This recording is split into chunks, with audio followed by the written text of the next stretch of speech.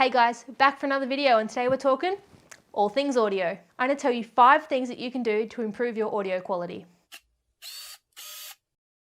I'll be honest, when I first started videography, I definitely overlooked the audio side of things. Even now, I probably don't put as much emphasis on it as I should in terms of sound designing my edits and capturing really crisp audio. But it's something that I'm actively trying to get better at and to invest in more audio equipment to make my videos go to that next level.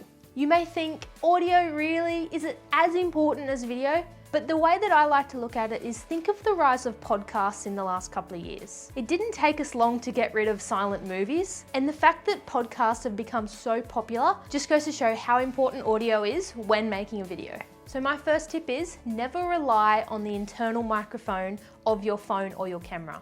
There are so many affordable options out there these days to grab an external microphone that will just take your video production to that next level. So whilst phone mics are great for things like stories or real casual videos, when you're looking to instantly improve your video production, make sure you use an external microphone. A brand like Rode microphones have so many amazing microphones you can pick up for your phone or your camera, from just beginning all the way through to full production spec microphones. They're the brand that I use, and I'm a very brand loyal person, so if you're going to pick up a microphone, make sure it's a Rode. This is not sponsored, by the way, I just really like their products. Following on from that, tip number 2 is to make sure that you check if your camera that you're about to buy or have bought has an audio port. A lot of the beginner cameras often don't have audio ports for microphones or even headphone ports. So they're probably 2 things you want to consider before you pick up a camera to do any kind of video production. So tip number 3 is to learn how to monitor your audio levels through your camera. So if your camera has a headphone port, what you can do is you can plug in just like a 3.5mm headphone jack, put them on, do a few audio tests and see how your audio levels are floating. What we aim to sit at is somewhere between -10 to -6 decibels. On your audio levels, you'll usually have a red line. That red line is called peaking. Whenever your audio level hits that, it means that your decibels are too high and you want to bring them down.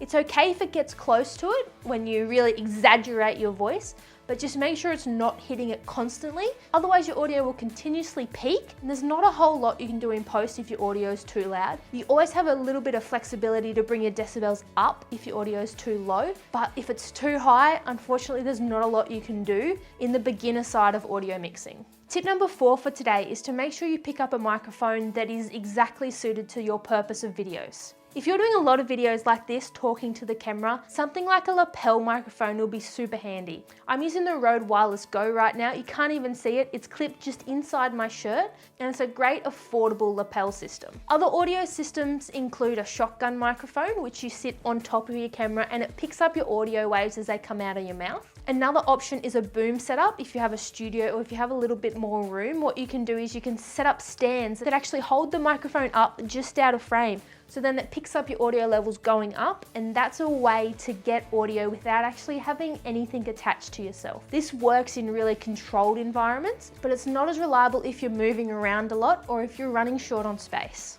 And tip number 5 for today's video is to consider the environment that you're shooting in. Before you press record, just sit and listen.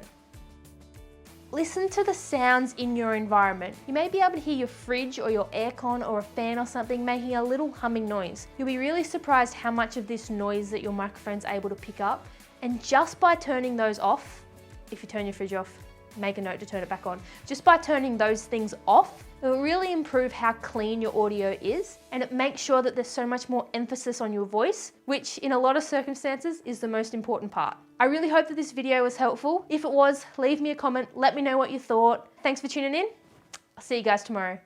Just goes to show how important audio is when, what am I trying to say? Bleh! I was on such a roll, gosh golly. Just goes to show how important audio is when making a video. Got him. So whilst when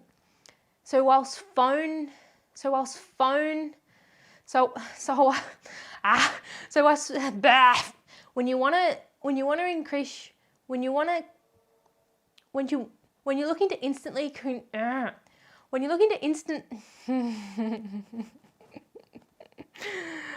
This is why I shouldn't film at 8 PM on a Friday night.